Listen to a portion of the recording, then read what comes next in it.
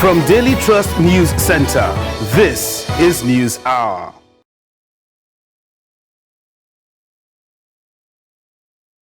Make case for Southeast presidency.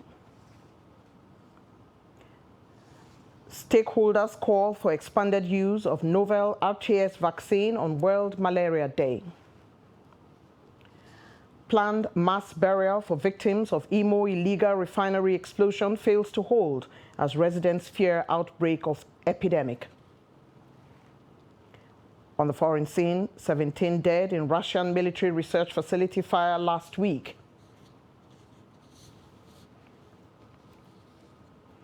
Hello, welcome to News Hour on Trust Television.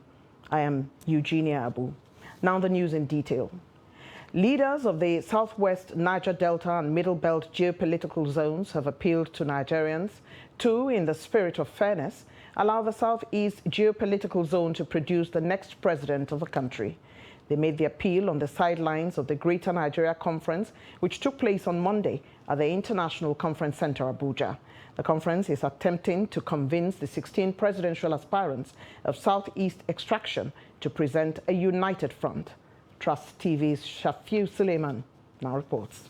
The political class of the Southeast extraction have been crying marginalization, especially in the polity. They've been out of the saddle for decades now. At least they've lost touch with the exalted presidency, talking about the president and the vice president of the federation. For over the years, they've been working hard to stage a comeback into the mainstream politics in Nigeria. One after the other, the leaders of Afenifere, Niger Delta and Middle Belt forums stress that it is imperative for political power to shift to the southeast to address perceived marginalization in the nation's leadership structure. We believe that it is clumsy and inelegant for the southwest to seek the presidency at this time. Not after Obasanjo's 8 years as president and Osibanjo's 8 years as vice president. By design, the zoning and rotation policy is supposed to make it possible for each of Nigeria's 6 geopolitical zones to occupy the seat of president for 8 years over 48 years period. The problem is ourselves. Let us unite. And let the Yorubas and the Igbos know that they have a stake to talk together. Going down memory lane, leaders of the sociocultural groups identified what they call reasons behind the inability to have a greater, inclusive and prosperous Nigeria. One of the objectives of the forum is to bring together the various presidential hopefuls in the sub-region for the purpose of speaking with one voice irrespective of their political leanings. As Senator, for the peace and sanity of this country, I appeal to all in the name of Almighty God to make this concession to the Igbos, to present the president of Nigeria. Critical challenges the region will be facing ahead of this election will be its ability to tame the violent agitation that has been plaguing the region, characterized by armed groups such as the indigenous peoples of Biafra, which has been proscribed by the federal government, and other armed groups. Again, the region will also have to consolidate its effort towards playing an inclusive politics where it will belong to the larger Nigerian project so as to have a fair share of its place in the larger Nigerian picture. Shafiu Suleiman, Trust TV News, Abuja. In his quest to clinch the All Progressives Congress APC ticket for the 2023 presidential election, Minister of Transportation Right Honorable Rotimi Amaechi has assured that he would be a presidential candidate, that he would be a president that would reflect all tribes and religion in the country. Amaechi said he would be detribalized and would ensure that the yearnings and aspirations of all Nigerians are protected, irrespective of tribe and religion.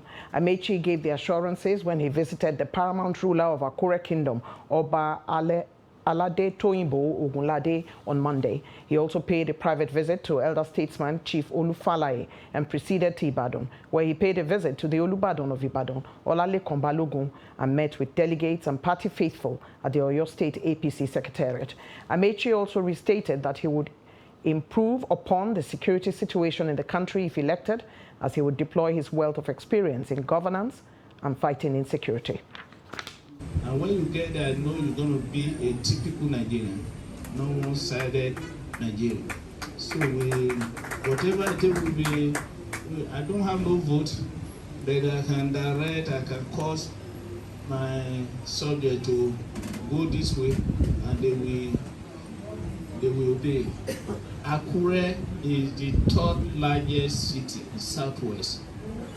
Yes, right now, when you take Lagos, you take Ibadan. Akure is the third largest city in Southwest. So our vote really can't. And we, when we love you, it's a one-sided vote. So we block it, we put it there, bam. So we are waiting for rain, so we want the rain to come to Akure.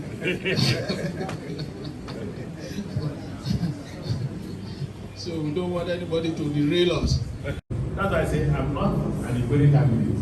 Neither am I a Yoruba candidate or Hausa candidate or Igbo candidate. I am a Nigerian candidate.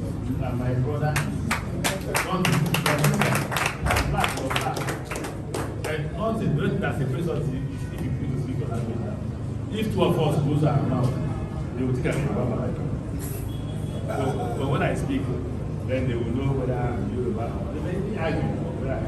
So I am. So I need to support me because I come with that experience. We are talking about experience in government. I come with the experience of managing party. I understand what party is. The first Nigerian Director General to bring a government. In the meantime, Governor of Rivers State, Nyesom Wike, says the next president will require more than rhetoric to rescue the country from the security challenges bedeviling it. Wike said this on Monday at the PDP Secretariat in Kaduna. My major concern is how to bring back our states, is how to bring back our country. If you cannot do that, then there's no need of saying you want to govern Nigeria. To be a commander-in-chief of armed forces is not a small joke. It's not where you can sit down in the house. You must show passion that you are interested in this. Take, for example, look at the bomb blast that happened here last time.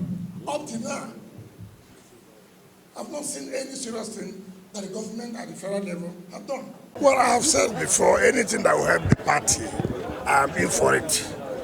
I've told you I'm not against consensus, but that consensus must be based on equity, fairness, and justice. Even if I'm not a candidate tomorrow, and I've said it severally, I will continue to work for the party. And that is why since 1998, I've never left this party. It doesn't matter whatever provocation or whatever I don't like. You have to sort it out within the house. Nothing can make me leave the party.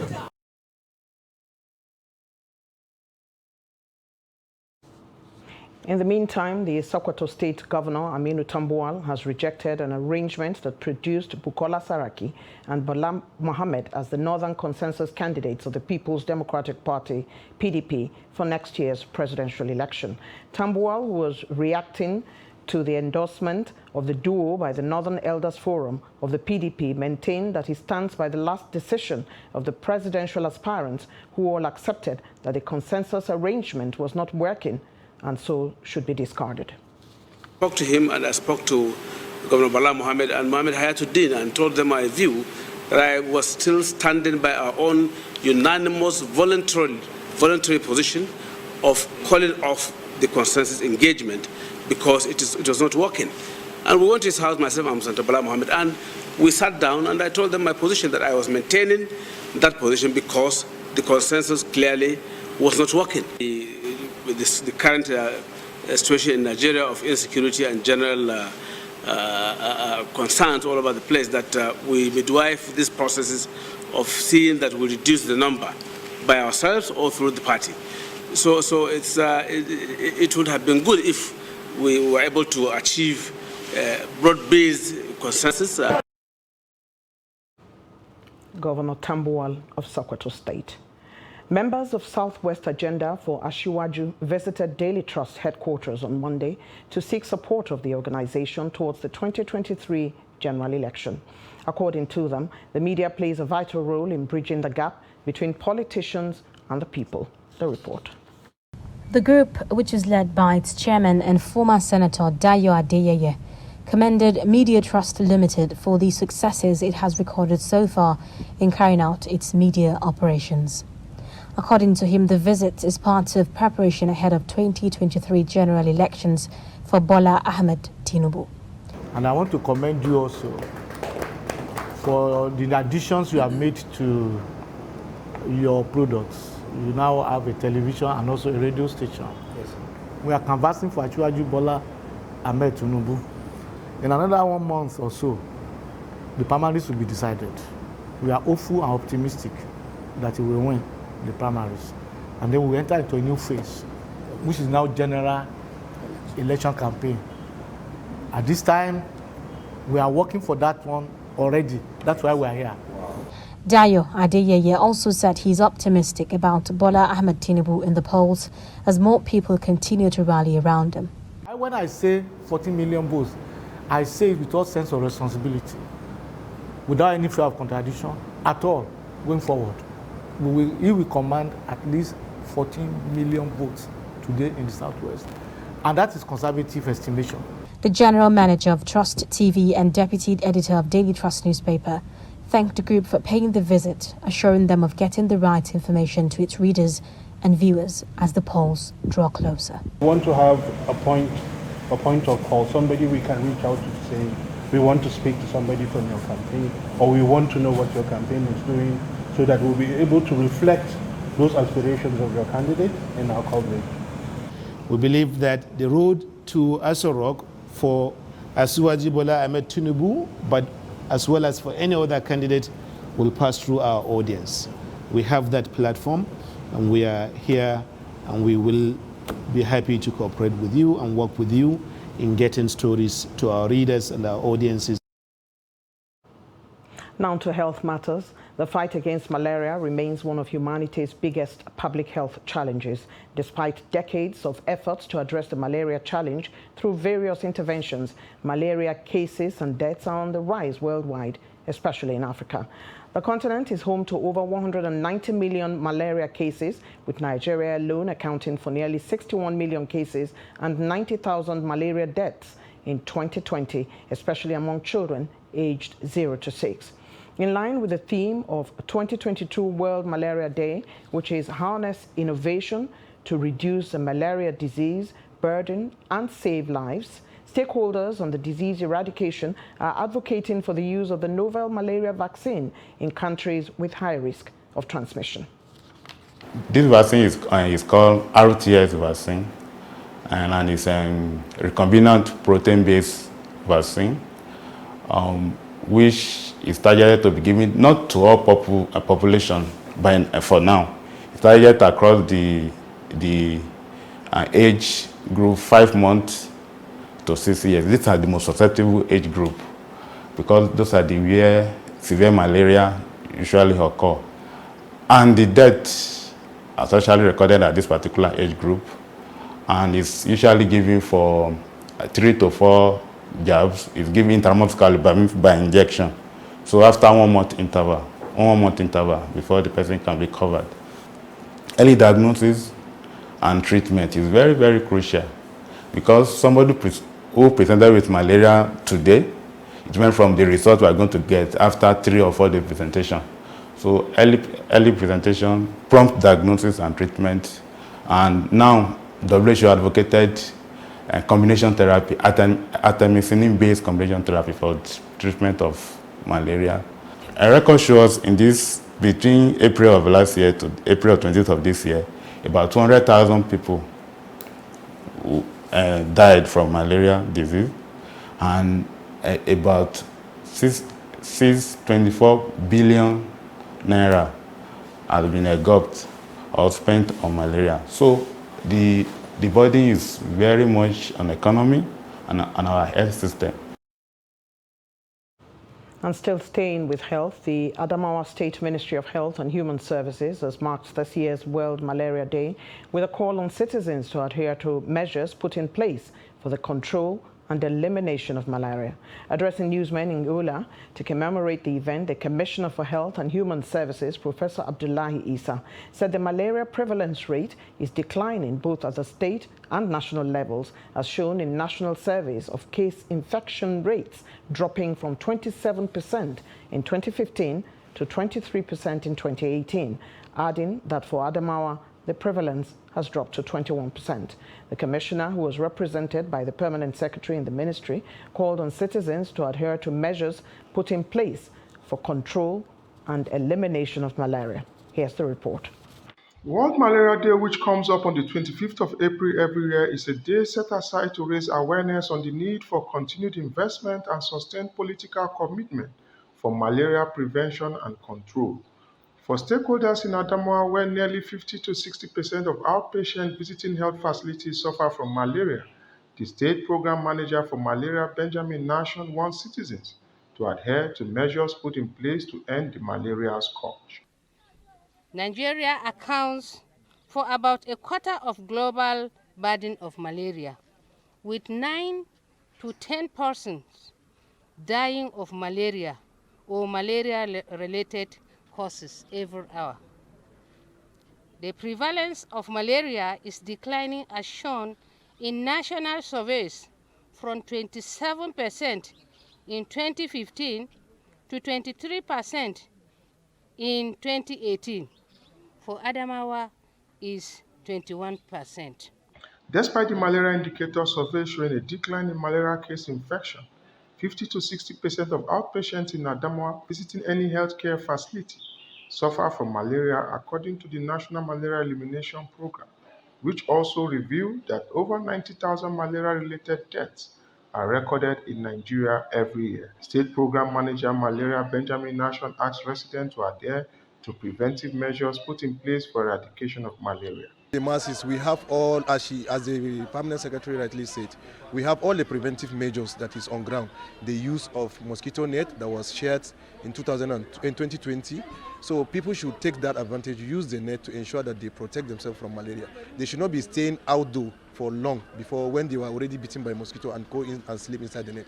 They should ensure they wear long clothes and hand gloves with socks and cover themselves very well.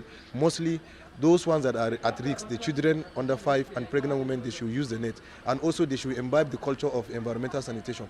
Because mosquitoes, any little water, any still water, mosquito will take the advantage of that water and lay their eggs and propagate. So it's very important if people that take that advantage of environmental sanitation, is very, very important to ensure that we want at least to bridge the gap between the mosquito and the people. And still talking health, the Minister of Health, Dr. Sage Hanire, has said that the cholera outbreaks have become a recurrent seasonal public health challenge in many low and lower middle income countries like Nigeria, despite efforts to control it. While commending the World Health Organization for organizing training on the integration of oral cholera vaccine in emergency and preventive contexts, Hanire said this laudable and desirable initiative is a tool for the prevention and control of cholera. He, however, added that the availability of vaccines has unfortunately been limited, which has restricted its use and the much expected impact on Nigeria.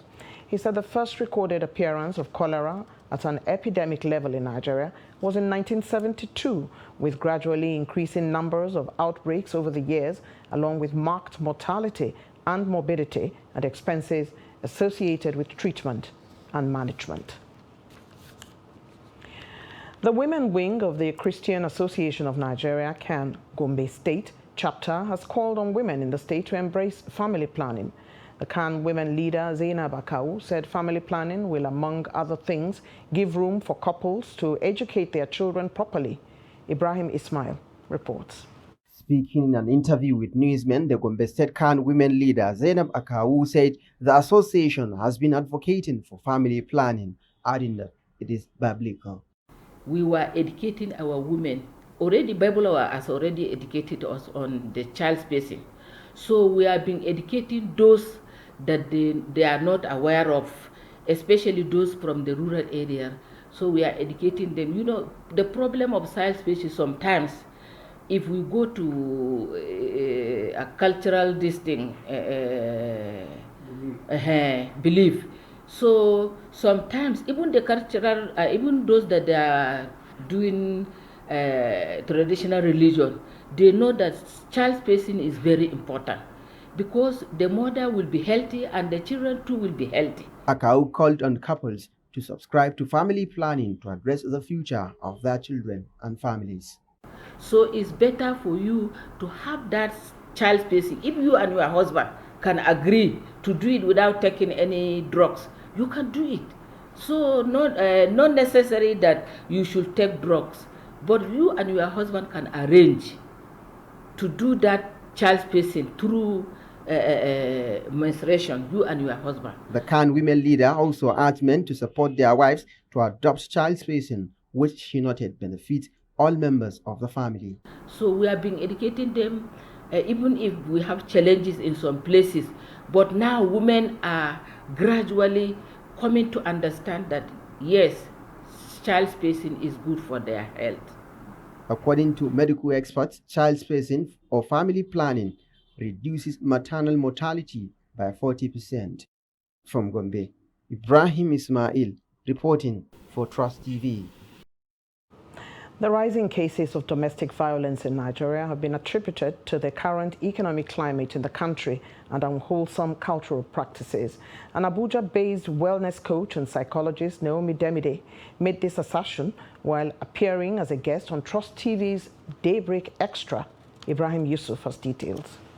Victims of domestic violence find it difficult to leave abusive relationships out of fear of the repercussions and a total lack of self-confidence that has been instilled by the abuser over time. This psychologist believes cultural practices which make women totally subservient to men also make it difficult for victims to speak out. On the other hand, most victims prevent loved ones from getting involved because they genuinely believe they can turn things around and subsequently reform their abuser on their own without seeking outside help. The psychologist therefore advises persons to look out for potential red flags in their relationships so as to take action before it's too late. People talk about it more after the damage has been done because emotions are stirred up. But when it was going on, we have this thing, I want to call it cultural, religious issues that, okay, it's not my business. I shouldn't get involved. When you hear someone screaming next door, oh, it's husband and wife something, let's leave them to handle their differences. And then people are told when they're getting married, I don't know how many people you've heard or have said this, that you shouldn't allow a third party get involved in your relationship. Whatever goes on within the family, keep it within the... Exactly. So we have grown up with this negative thought that when it comes to your relationship, keep it very personal.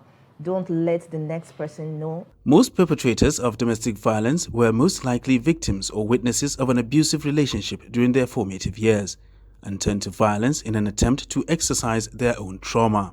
But that does not excuse domestic violence, and these Nigerians who spoke to Trust TV insist that it should not be condoned in any form. The needs of a woman is not easy in our country now because of the economic hardship. And most men don't have work to do, and at times you might come home, your wife will ask you for money because of the anger of you brought from outside, because you don't have money to provide for your home. And this can easily lead to domestic violence. When a man is really not contented with what he has in his house, definitely in that process he goes out to search for maybe we like call it a greener pasture, and then going out, seeing other women and coming back to his house. Maybe in that process the wife start arguing or asking questions, where were you and the rest of it. And instead of him explaining, definitely he knows what he has done is really wrong, actually.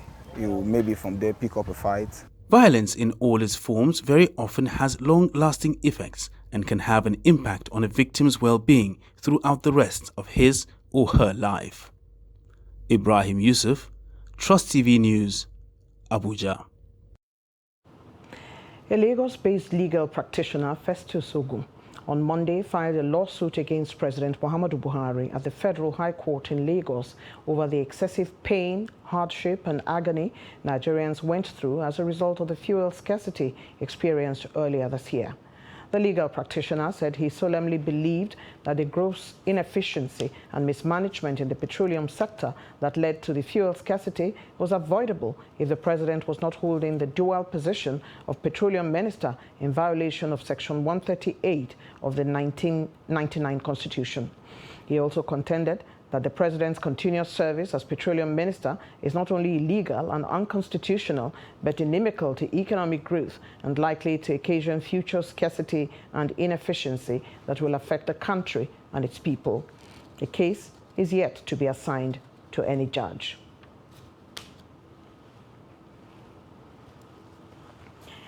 You're watching News Hour on Trust TV. Coming up, how Kano government is evacuating refuse. Do stay with us. As the 2023 elections draw near, remember, evil prospers when good men and women only wish for peace, but never take a step to make peaceful elections happen. Are you a father? Are you a mother? What are you saying to your children as elections approach? Have you warned them not to let themselves be used to cause violence? Have you explained to them what the consequences of electoral violence might be? Do your part to make peaceful elections happen. Talk to your children. Protect them from unscrupulous politicians who want to put them in harm's way, while their own children are comfortable at home, within and outside the country. Let's join hands to make 2023 elections peaceful. This message is from the National Orientation Agency, NOAA.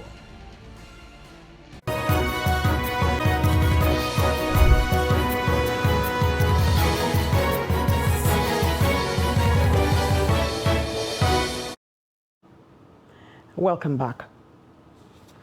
You're still watching News Hour on Trust TV. Let's take another look at our top stories. We told you that leaders of the Southwest, Niger Delta and Middle Belt geopolitical zones have appealed to Nigerians to, in the spirit of fairness, allow the Southeast geopolitical zone to produce the next president of the country, and stakeholders call for expanded use of novel RTS vaccine on World Malaria Day. A leader of Abacheke community in Ohaji Egbema local government area of Imo State, Collins Ajay, has expressed bitterness over the explosion that claimed over 100 lives in the community. The community leader, while speaking to newsmen, alleged that top government officials and security agencies are involved in illegal bunkering business, adding that over 30 checking points collect money from bunkerers and allow unhindered access. The report. Also, relatives of some of the deceased attributed their involvement in bunkering to hardship and unemployment. They lament that vibrant youth lost their lives due to failure of government to provide them with sustainable means of livelihood. This is tragedy that no one can even dream of, where over 108 people were burnt to ashes, burnt beyond recognition, due to illegal oil bunkering. I think the government of Imo State and the federal government should step up to stop this illegal bunkering. I will be troubling everybody, both the government and both everybody at all, everybody. There are 2 in number, we are 6, 4 boys, 2 girls. Now we lose our senior sister. I have only 2 children, 1 man, 1 woman. I'm not happy. I'm not happy. I'm pleading to the government to help the youth. We are suffering, despite that not everybody should be in government, but there's a little thing that government should do for us that we will be benefiting from it. So, like youth now complaining, no job, no job. If government could not provide for us, I don't know who will provide for us. Responding to the development, in a telephone chat with one of our correspondents, the Commissioner for Petroleum in the state, Goodluck Ofia, said the anti-bunkering committee set up to checkmate the illegal activities of bunkers had been compromised and as such had been disbanded. He added that the state government is in synergy with the army to see how the situation will be curtailed. In the meantime, the anticipated mass burial for victims of the Imo illegal refinery could not hold after all. Though no explanation was given for the inability of the government to perform the exercise, a source close to government circles told our correspondent that the government is looking for an excavator for the exercise. Commissioner for Information and Strategy, Declan Emelumba, had in a statement said that the exercise would be conducted on Monday. No fewer than 110 persons were killed at Abezi Forest in Abacheke Kofire community in Ohaji Egbema local government area of the state when an illegal oil refinery suddenly went up in flames on Friday night. However, residents of the area have expressed fear over a possible outbreak of an epidemic as the stench coming from the area is becoming unbearable. A resident who identified himself as Kevin told our correspondent that there may be mass exodus from the community if the bodies of the victims were not disposed immediately.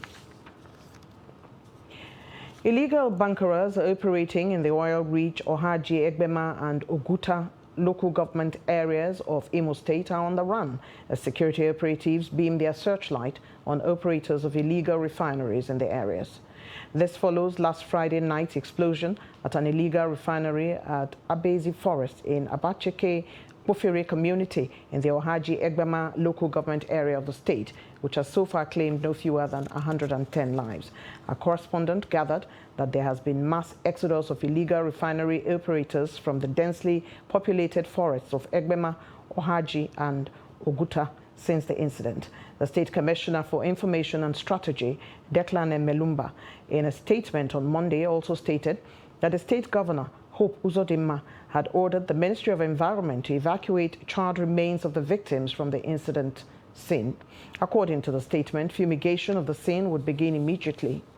Uzodimma, who in the statement deeply regretted the incident, described the loss of lives as unfortunate and expressed his condolences with families of the victims. There was heavy shooting around Orji in Owerri and its surrounding areas as gunmen enforced a sit-at-home order. The situation in and around Owerri, capital city, was calm until about 5:30 in the evening when some gunmen began shooting sporadically, sending residents scampering for safety. Officers guarding the Owerri Custodial Center responded by barricading the center to avoid incursion by the gunmen. The situation forced motorists entering the city center from Okigwe to stop at Orji until the situation clears. A bus loaded with passengers tumbled while trying to make a hurried U-turn.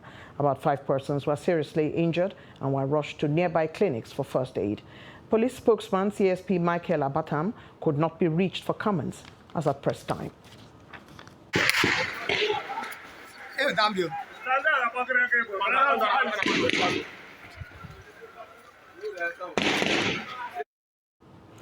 The National Emergency Management Agency, NEMA, has conducted an assessment of damage caused at the International Cattle Market, Iwari, in Ardo Kola local government area of Taraba, where an explosion occurred recently. 9 people died and 19 others sustained injuries in the explosion. Head Taraba Adamawa Operations Office of NEMA, Ayuba Ladan, who led the team on Monday, said the team was at the site of the explosion to ascertain the level of damage done by the explosion. Ladan stated that the visit was at the instance of the Director General of the agency, Mr. Mustafa Habib, who expressed concern over the unfortunate incident. Ladan, while commiserating with the Taraba state government and the victims of the unfortunate incident, said 121 households were affected by the blast. He added that 9 people died, 28 were injured, and several others were displaced. He gave assurance that the operations office would forward the report to the headquarters of the agency for quick response and intervention for the victims of the explosion. Operatives of the Ogun State Police Command and other local security outfits have arrested 9 members of an alleged notorious kidnap syndicate terrorizing Abeokuta-Yetoro Road in Abeokuta North local government area of the state. They were apprehended on Sunday when police local hunters, SoSafe Corps, OPC, Vigilante, and men of Amotekun Corps stormed their hideout at Abuleoba off Ayetoro Road, Abeokuta. The suspects are Hamid Taiwo, Kainde Jimo, Umar Sanda, Sanda Aliyu, Ali Morandu, Usman Abubakar, Usman Mohammed, Umaru Ahmadu, and Umaru Mohammadu. The police spokesman, Abibola Oyeyemi, on Monday told newsmen in Abeokuta that the suspects were arrested following a credible intelligence gathered by policemen at Sabo Ilupeju Divisional Headquarters. Oyeyemi said the police had gathered that Hamid Taiwo and Kainde Jimo, who are commercial motorcyclists, were running errands for the kidnap syndicate and were sighted somewhere in Rounda area of Abeokuta North local government. In the meantime, the commandant of the Nigeria Security and Civil Defense Corps, NSCDC, in Osun State, Emmanuel Ocheja, says the command is interfacing with communities across the state to aid its intelligence-driven operations to keep peace in Osun State. He harped on the need for security agencies to imbibe community-based approaches to tackling insecurity rather than show of force. Ocheja said the Civil Defense Public Relations Committee set up by the command is yielding positive results and enhancing mutual cooperation between NSCDC operatives and the communities in the state. Ocheja, who spoke with Trust TV at the command's headquarters in Osogbo, the state capital, assured people of the state that any intelligence information given to the NSCDC will be proactively used to nip crime in the bud. Because we are always interfacing with the population. The civil population, we are always interfacing with them. There's no way you carry out any security assignment without discussing with those that are concerned. So based on the committee that was launched that and the peace committee that we launched, the first in Nigeria, you see, we were able to interface with a lot of people, and now different committees, local governments have also launched theirs. So as they've launched theirs too, we are getting relevant information. That's why you see most of the arrests being made by civil defense actually came out from those the committee that has been set up. And what is it? The moment you don't relate with farmers, herders, you don't relate with them, you're bound to have a lot of problems. And what we are doing today is because if you don't relate with them, how will you know their problems? And because of these various committees in various local governments, we are getting more reports concerning areas, and we have been proactively attending to those things, and that is a good one for us. If other organizations can do this, I've always said something, I don't believe in the show of force. We are supposed to be protecting these people. We are not supposed to be creating more problems for them. So the moment we threaten them, then they will run away from us, they will not give us information. People are always afraid of giving information that they will be arrested, but in this organization we don't arrest you. Once you give us information, we will work based on your information.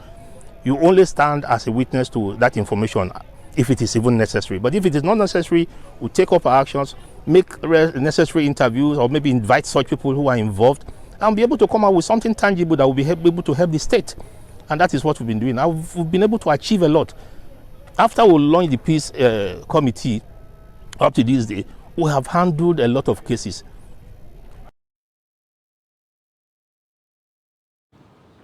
Ocheja of the Nigeria Security and Civil Defense Corps. The federal government has been called upon to show more sensitivity to victims and relatives of the Abuja-Kaduna train attack by ensuring that issues around security of the transport sector and the nation at large are given adequate attention. A professor of hematology and oncology, Yusuf Usman, made the call while speaking on a political program, Daily Politics.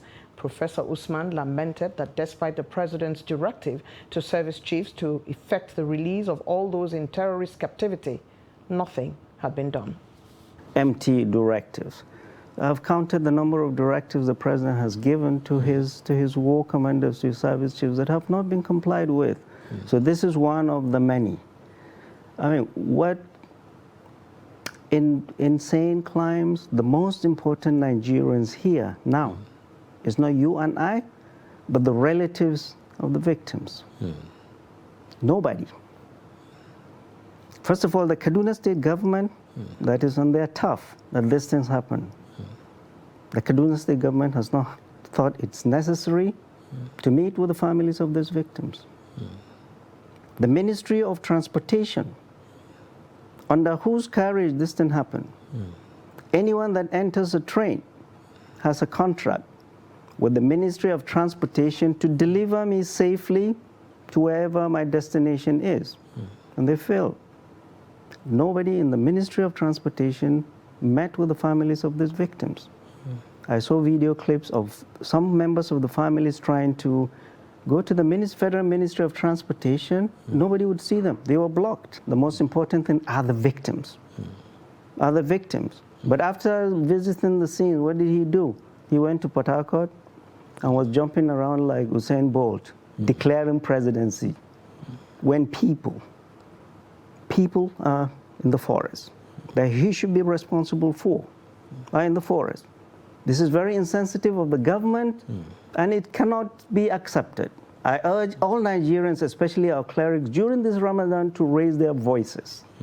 The government needs to govern with the milk of humanity, and I don't see that. A group, Dogara Progressive Movement for Sustainable Development, has disclosed that former Speaker, House of Representatives, Yakubu Dogara, won't be deterred or succumb to attempts by some individuals to blackmail or tarnish the image and political career of the ex-speaker. The group disclosed this through its leader, Muhammad Nuruddin, on Monday. It said Dogara still represents his Bogoro Das Tafawa Balewa Federal Constituency of Bauchi State, despite the judgment by the Abuja Federal High Court. According to the group, it was not oblivious of the judgment delivered by an Abuja Federal High Court, adding that the former speaker had already set everything in place to appeal the judgment. An Abuja Federal High Court, presided by Justice D.U. Okoro, had on Friday, April 22nd, ruled that Dogara should vacate his seat as a result of his defection from the People's Democratic Party, PDP, to the ruling All Progressives Congress, APC. The group attributed the judgment to political machinations by the powers that be, both within and outside Bauchi State, adding that having been on the side of the people, former Speaker will surmount all challenges. The Kano State government has commenced a 10-day emergency refuse evacuation and disposal exercise across the state. The exercise is in response to public outcry over accumulated refuse in many parts of the state. Trust TV correspondent Idris Jibrin, who went around the city, reports that so far over 500 trucks of the waste have been evacuated. His report. Cape Gate is a waste management company contracted by Kano State government to be carrying out routine environmental sanitation across the state. But for several weeks, this company could not operate at full capacity, which recently made a refuse dump to become a common sight in many parts of Kano metropolis, resulting to various inconveniences that are threatening the environment. This is terrible. It's too much. Even if they build this thing, you can say the better person for body. If you break a tire, now dust you go to blow. Even for house, we not feel stay for house. If you see my house, that's why the big thing will enter inside the house. This dirty, at least they are fighting for coronavirus, but this is more than coronavirus. Every day you cannot breathe, you cannot eat. Even if I'm using first mask to pass here. Tagged Operation Keep Kano Clean. This 10 days exercise is part of the state government direct intervention toward refuse evacuation and disposal. We have mobilized resources, and we have also sought for corporate social responsibility from private organizations. So we have had a meeting with all the companies that are undertaking projects in Kano, private companies, and we requested them to support us in any way they can.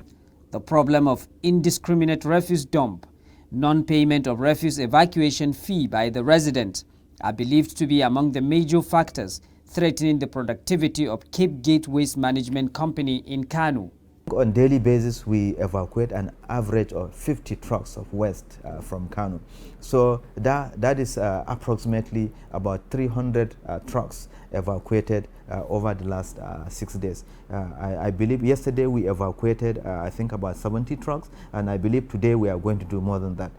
Although the 10 days emergency intervention by the state government will reduce the amount of refuse dump in Kano, but the threat of environmental pollution may likely remain unabated unless prompt payment of refuse evacuation fees by the residents are accompanied by a properly government-implemented legislative policies.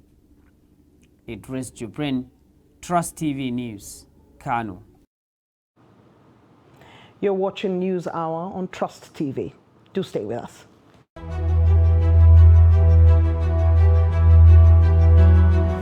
Plastic waste is a major environmental challenge in Nigeria.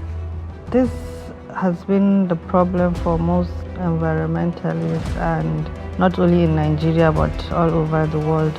Nigeria has recorded about 5,000 incidents of oil spill. All these incidents, were they discovered by your agency? We detect some, the host communities detect quite a lot. The oil companies themselves, through their surveillance agents, discover some, because we have to put a lot of efforts on our part to make sure that we synchronize activities with that of the oil companies, working towards preventing a spill.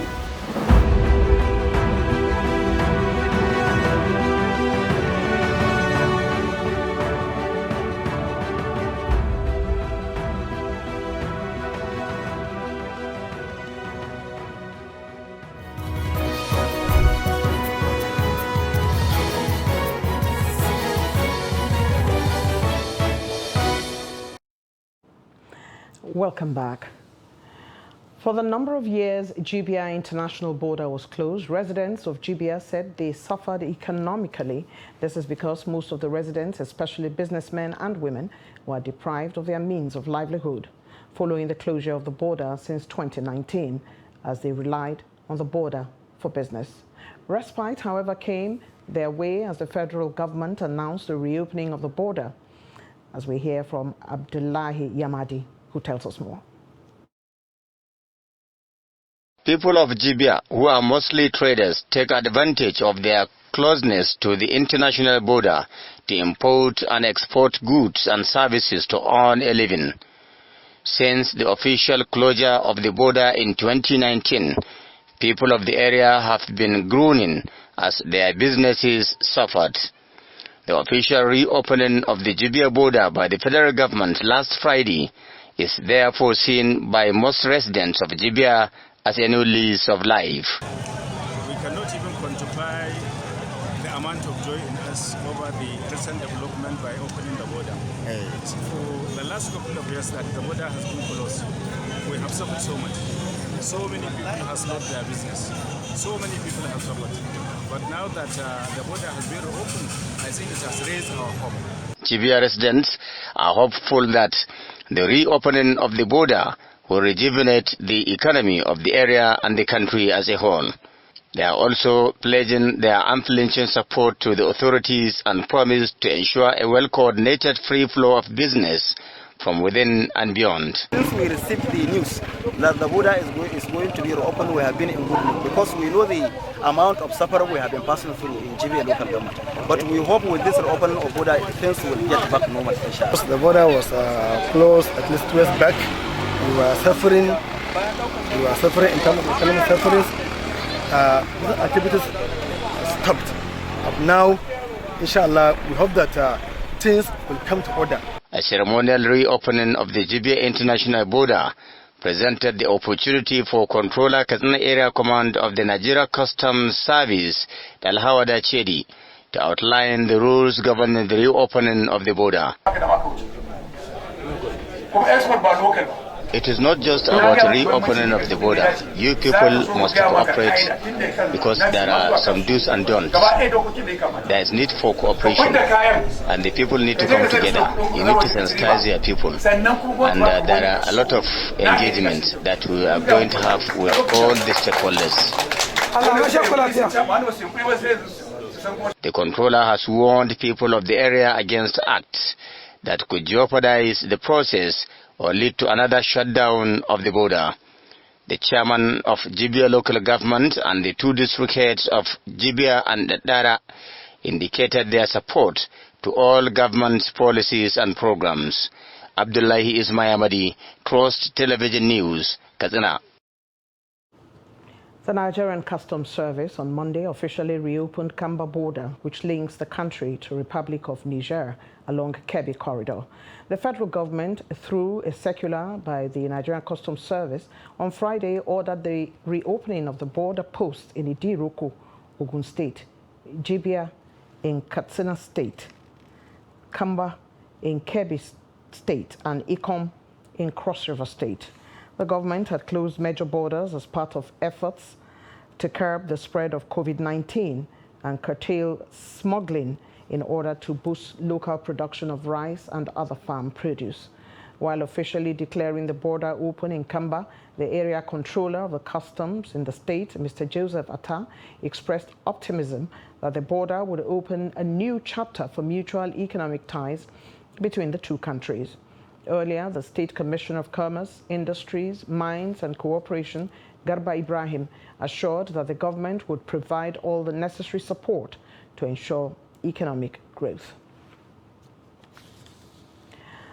Some members of the Deeper Life Bible Church, Iragbo community in Badagry, Lagos, were injured when the church building collapsed on Sunday. According to the news agency of Nigeria, the collapse, which took place at about 9:30 in the morning while service was in progress, was due to heavy rains. No fatality was recorded in the incident. Topohozin Tunde, a member of the church, said 6 members of the church who sustained serious injuries got medical attention. Also speaking, the Bale of Iragbo community, Thomas Agodi, said he was inside his palace when a resident came to inform him that the church building had collapsed. Some intending pilgrims in Lagos on Monday stormed the Alausa government house to protest the 100% increase in the cost of the 2022 Hajj fair.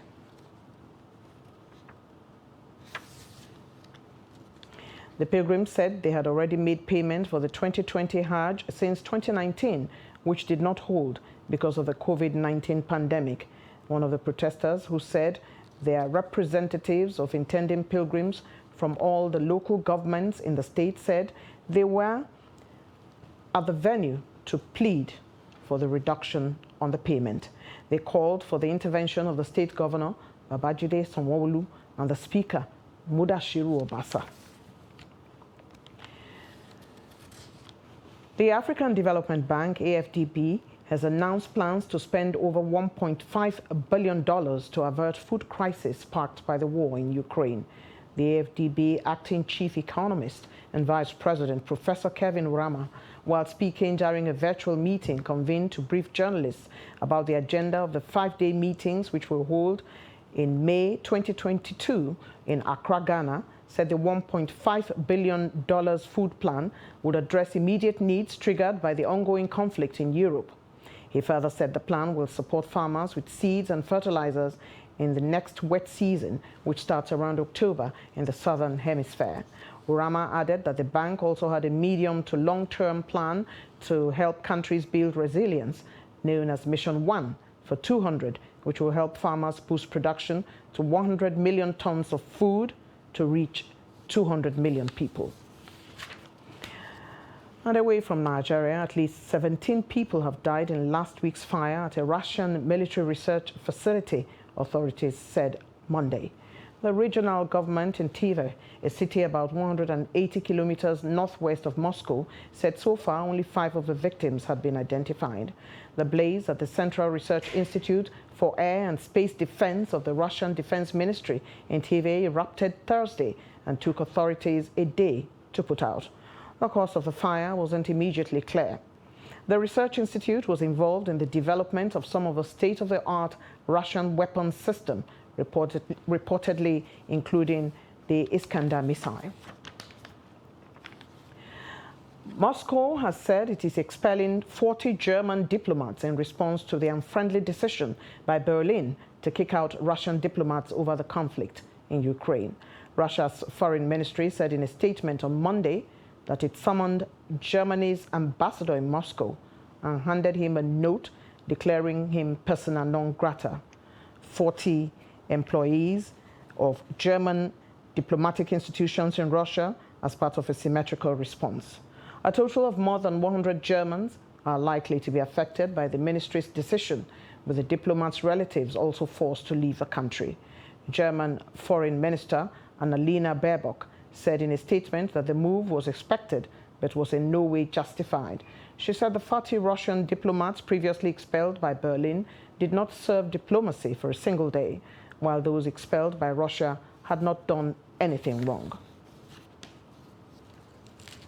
Let's now join Adeni Ajishafe for Sports Update.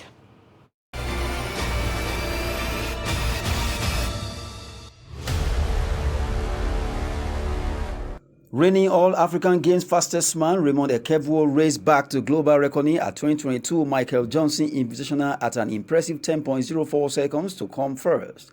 Ekevwo improved on 10.11 seconds. He ran at United States Track and Field Golden Games in Walnut, California, to top Nigerians 100-meter list for 2022 ahead of Udodi Nwuzurike, who held the top mark for 3 weeks following his 10.07 seconds run in Stamford early April. Ekevwo's time is also his third fastest ever after running 9.96 seconds to win gold at All African Games in Rabat, Morocco, and 10.02 seconds at SEC Championship in Fayetteville, Arkansas. Raymond joins Nigerian sprinters who have broken 10.10 seconds this year after Alaba Akitola ran 10.09 seconds personal best at War Eagles Invitational. Imabong Use Uko broke 53 seconds for first time this season as she ran 52.89 seconds to place 6th in women's 400 meters. In men's javelin, World Under-20 bronze medalist Chinecherem Nnamdi came within a centimeter of... And with sports, we have come to the end of News Hour on Trust TV. You can follow us across all our social media platforms. I am Eugenia Abu. Thank you for watching.